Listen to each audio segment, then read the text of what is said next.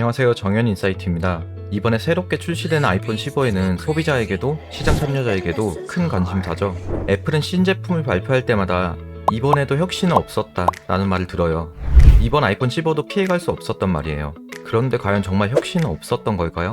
아이폰에 관한 여러가지 리뷰는 정말 좋은 영상들이 많이 있으니 저는 그러한 것을 말씀드리는 것보단 사람들이 생각해보지 못했을 수 있었던 애플과 이번 아이폰에 얽힌 혁신에 관해 생각해볼 만한 재밌는 이야기를 한번 말씀드려볼게요. 이번 새로운 아이폰에 관심이 있으시던 없으시던 간에 재밌으실 거예요. 갤럭시 사용자를 아이폰으로 유혹하는 독을 푸는 것.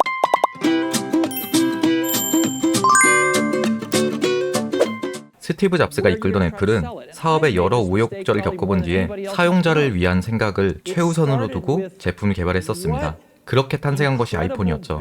한번 생각해 볼까요? 저는 최근 나오는 스마트폰들을 보며 새로운 폰으로 교체를 빨리 하고 싶다는 생각이 들 만큼 월등히 좋은 스펙들이 특별히 매력적으로 느껴지지 않았고, 어떤 편의성을 누리는데도 갤럭시나 아이폰 둘 다 큰 불편함은 이젠 없다라고 생각을 했어요. 물론 이것은 개인마다 생각이 다를 수 있지만요. 제가 드리고 싶은 말은 그만큼 대부분 상향 평준화 되어 있다는 거죠. 다시 돌아와서 저는 이번 아이폰 발표를 보며 애플이 공식 홈페이지에 내건 슬로건을 본 순간 굉장히 놀랐어요. 잡스가 생각했던 애플의 철학이 그대로 녹아들어 있다는 생각이 들었습니다. 애플은 왜 부각시킬 다른 요소들이 많은데도 불구하고 굳이 티타늄이라는 슬로건을 대문짝에 내걸었을까요? 저희에게 익숙한 단어도 아닌데 말이죠.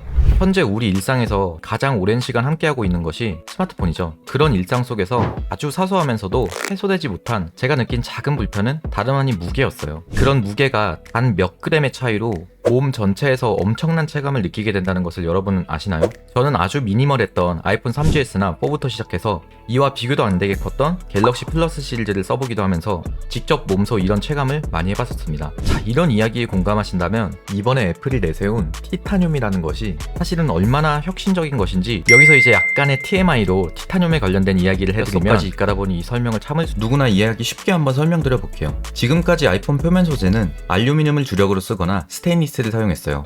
알루미늄은 저렴하며 적당한 강도를 가지고 있고, 스테인리스는 알루미늄보단 비싸지만 조금 더 단단해요. 그런데 이번에 프로 시리즈에 적용된 5등급 티타늄의 경우 위 두 소재에 비하여 무게 대비 강도가 매우 탁월해요. 소위 전문 용어로 인장 강도가 거진 2배 가까이 차이 나는 수준이에요. 그런데 문제는요, 이 티타늄이 밀도가 엄청 크다는 거예요. 밀도라는 게 단위 부피당 질량이거든요. 쉽게 비유하자면 같은 크기의 쇠구슬과 플라스틱 구슬의 무게를 비교하면 쇠구슬이 더 무겁겠죠. 밀도가 커서 그래요. 어쨌든 이 티타늄의 밀도가 단위 센티미터당 4.43g이어서 2.75 정도 되는 알루미늄보단 거의 1.6배나 무겁거든요. 이제 복잡한 이야기는 그만하고, 그럼 자연스럽게 떠오르는 의문이 뭐죠? 티타늄을 썼으면 폰이 오히려 훨씬 무거워져야 된단 말이죠. 그런데 여기서 애플은 겉표면을 티타늄으로 내부를 알루미늄으로 하면 되겠다는 생각을 하고, 이 소재들의 드라마틱한 비율을 조합하여 기존 폰에 비해 강도는 엄청나게 올리고 무게는 엄청나게 줄인 거예요. 우리 일상생활에서 가장 사소하면서도 큰 불편이었던 폰의 무게에 관해 항공이나 우주산업에나 쓸 법한 테크니션을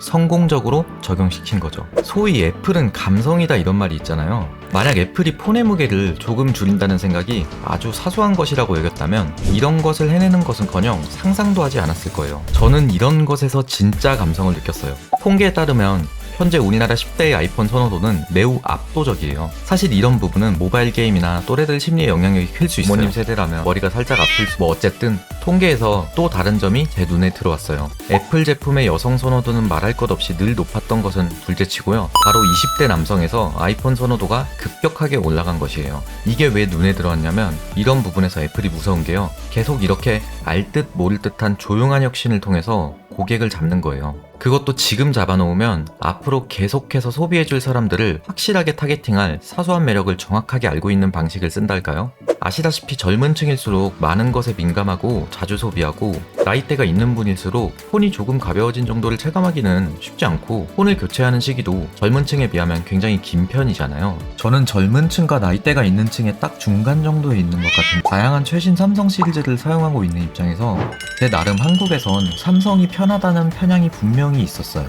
이제 그런데 휴대폰뿐만 아니라 여러 이유로 이런 분야에 관심이 많기 때문에 실제로 애플 생태계 사용자와 기계를 직접 비교해보기도 하고, 그렇게 비교해보면서 제가 최근에 받은 느낌은 기기간의 호환성이나 필기 능력? 뭐 그런 것들에 있어서 분명히 삼성에 대한 만족도도 괜찮았지만 진짜 뭐랄까 이 말로 잘 설명하기 힘든 어떤 섬세한 부분들에 있어서 여러 가지로 애플이 좀 많이 앞서 있는 것 같다는 생각이 들긴 했어요. 뭐 이게 감성이라는 건가? 어쨌든 최근 들어 영상 작업은 물론이고 다양한 편의를 위해서 여러 가지 소프트웨어를 찾다 보니 애플 쪽에서만 지원하는 소프트웨어에 조금 더 눈이 가게 됐다고 해야 될까요? 그래서 곰곰이 앞으로 수년 뒤의 미래와 편의성을 생각해보니 애플 쪽의 제품을 사용해 나가는 게 저한텐 더 매력적이지 않을까, 그런 생각이 들었습니다.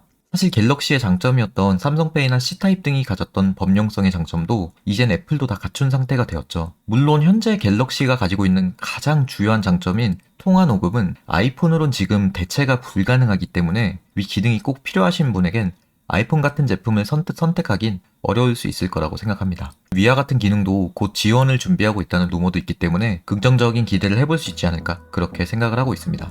그래서 종합적으로 이번 영상을 정리해보자면, 오늘날 애플은 잡스의 철학을 이어가면서도 팀쿡에 와서는 고객에게 보다 더 섬세하고 진보된 방식으로 다가오고 있지 않나, 그런 생각이 들었고, 당장에 이번에 출시된 아이폰을 제외하더라도 에어팟이나 아이패드, 애플워치, 비전 프로 등을 선보이며 새로운 시장에서도 출시했던 제품들의 완성도와 시장 장악 능력 또한 아주 독보적인 기록을 현재 세워나가고 있죠.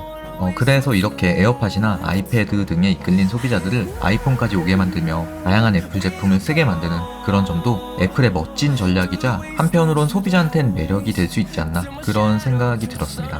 그렇다 보니 현재 애플은 사실 폰이 아니라 다른 부분에서 굉장히 성장 속도가 훨씬 더 가파르고 기대되는 부분이 많다고 생각을 하고 있습니다. 그래서 이번에 애플에 대한 여러 가지 리서치를 해보면서 10대, 20대 층에서 애플의 선호도가 높은 이유가 어느 정도 이해가 되기도 했고, 한편으로는 이렇게 애플의 미래를 뒷받침해줄 젊은 세대들의 선호 이면에는 단지 이쁜 디자인이나 유행만 있어서 그런 것이 아니라 고객을 위한 이렇게 사소하면서도 조용한 혁신들이 애플의 기술과 전략에 적절하게 잘 녹아들어 있다는 것이 느껴졌기 때문에 역시나 애플은 세계 1등 기업답다는 그런 생각이 들었습니다. 애플은 지금도 비밀리에 어떠한 프로젝트를 하고 있을 거예요. 이전에도 그랬듯 시장 경계를 상관하지 않고 다양한 제품을 준비하고 있을 겁니다. 애플은 또 어떤 놀라움을 보여줄 수 있을지, 또 삼성은 앞으로 어떤 것을 통해 이런 애플과 경쟁을 성공적으로 이어나갈 수 있을지 기대가 됩니다. 시청해주시는 분들이 이 영상 하나로 여러 가지 생각을 다양하게 많이 해볼 수 있었으면 좋겠습니다. 1년마다 $100씩 오르고 $1000에 155만원이니까 가격도 혁신이 있네.